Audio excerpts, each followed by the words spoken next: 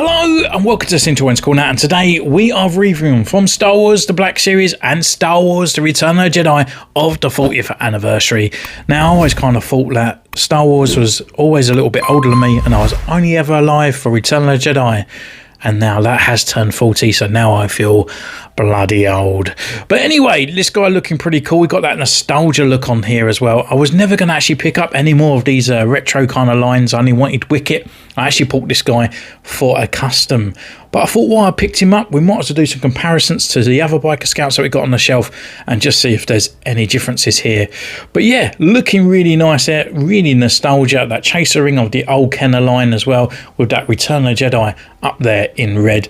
On the back, we just got the other figures on here. We've got Boba Fett, Lando, Han, Leia, Wicket, and the Biker Scout, with many more on the way. So I guess without further ado, let's crack this bad boy open. So here he is in his little blister pack. Obviously there's no hidden accessories or anything going on here, apart from he's got his tiny little blaster. That's the only accessory that he requires. So we're just going to pop him out. And first impressions wise, I've already got the figure, so there's going to be no surprises there. But I want to do some comparisons, especially with all the weathering and whatnot on there. I haven't actually changed the other one. So I guess without further ado, we'll go away, take some pictures, and we'll see you in a moment.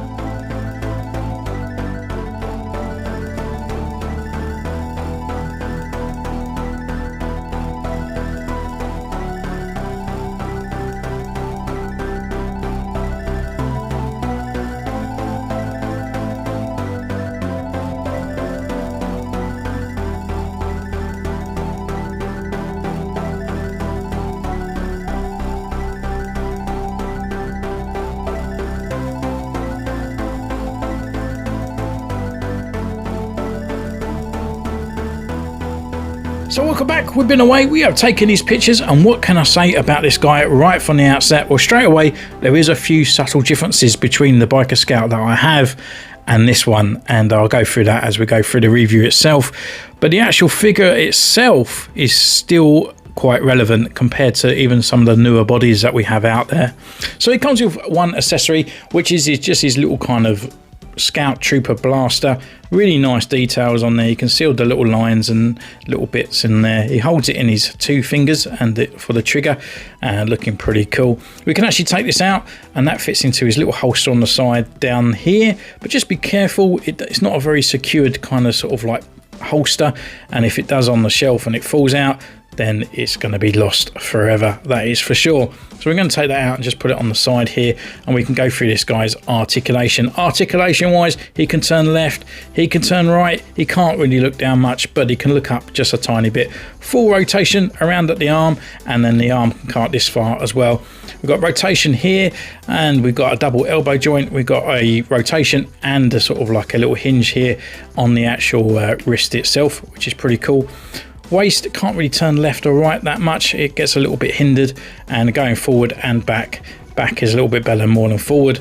Leg wise, this way, forward, back, upper thigh rotation here. We have a double knee joint that comes all the way around. We even got boot swivel here and a rocket and a pivot at the ankle. So as I said, really good articulation for this guy, and you can actually bend him right up. It almost looks like a Transformer-esque, or he's actually hit himself into a tree and got himself into a little bit of a pickle. But saying that as well, the actual details on this guy is still really relevant, and the weathering's really cool as well. So looking at the actual mask itself, we've got that nice black visor inside there, and all these details are really clean around on his helmet. Going around to the back, we've even got the lines and the black bits all up here in the back of the helmet, and then we've got the extra detail in there on his backpack, and you can actually see all the texture as well in his undersuit, looking pretty cool. Round on the back, we've still got all these sort of like extra little parts around on his shoulder bells and his elbow kind of armor. At the front, it just looks a little bit odd because I'm kind of used to these being white, but even the original one wasn't white either, but these are really kind of grey. Nice little sort of clipping and extra paintwork on here, and you can still see all that extra details here in his undersuit. And then going down to his boots and his knee pads, you can actually see all that weathering coming into effect where he's gone around on Endor, looking really nice. That's really nice weathering there from the Black Series. Now they just always seem to be a little bit of bits and bobs just splattered over the actual figure and never looks great. And then his gloves, the only thing I would say is maybe his hands look a little bit too thin for me, especially when it's coming around this way. It looks a little bit too black, but nonetheless he is pretty cool. So with that, we can actually just bring in, this is the archive one. It was actually sent to me by Papa Gord, and yeah, it's not looking too different, but bring it in here, you can actually see the actual black line. It's actually missing on this one here. It's actually just painted all the way through. I feel this one has actually got a nicer looking helmet compared to this one. It just looks a little bit kind of sort of like widened. Maybe he got the archive and sent me the original. Maybe there was a few updates on there, but yeah, just even around on the actual side of the moulding of the helmet, this one looks a lot cleaner, that is for sure. And the actual paintwork as well on the actual helmet is a lot cleaner. This one looks quite short, this one's a little bit elonged and around. However, this one's more accurate, even though his little grey kind of bit is a little bit out of line there. You can see where it should be. Coming around to the back, looking at these bits, this one's completely just painted in black, when this one's actually got the grey with the lines, which is more accurate, like the Stormtrooper helmet, rather than just being completely black as well. Going down, there's not really much else. It's just being a little bit more cleaner on the presentation of the actual lines and stuff. So this one's actually, there's a groove. You can actually get your fingernail in there, and that black line is literally right inside it.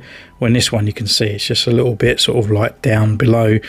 On the back here, these sort of things are just painted in square on this one, and this one, they're supposed to look like a little bit of a T, and that one actually represents it quite well.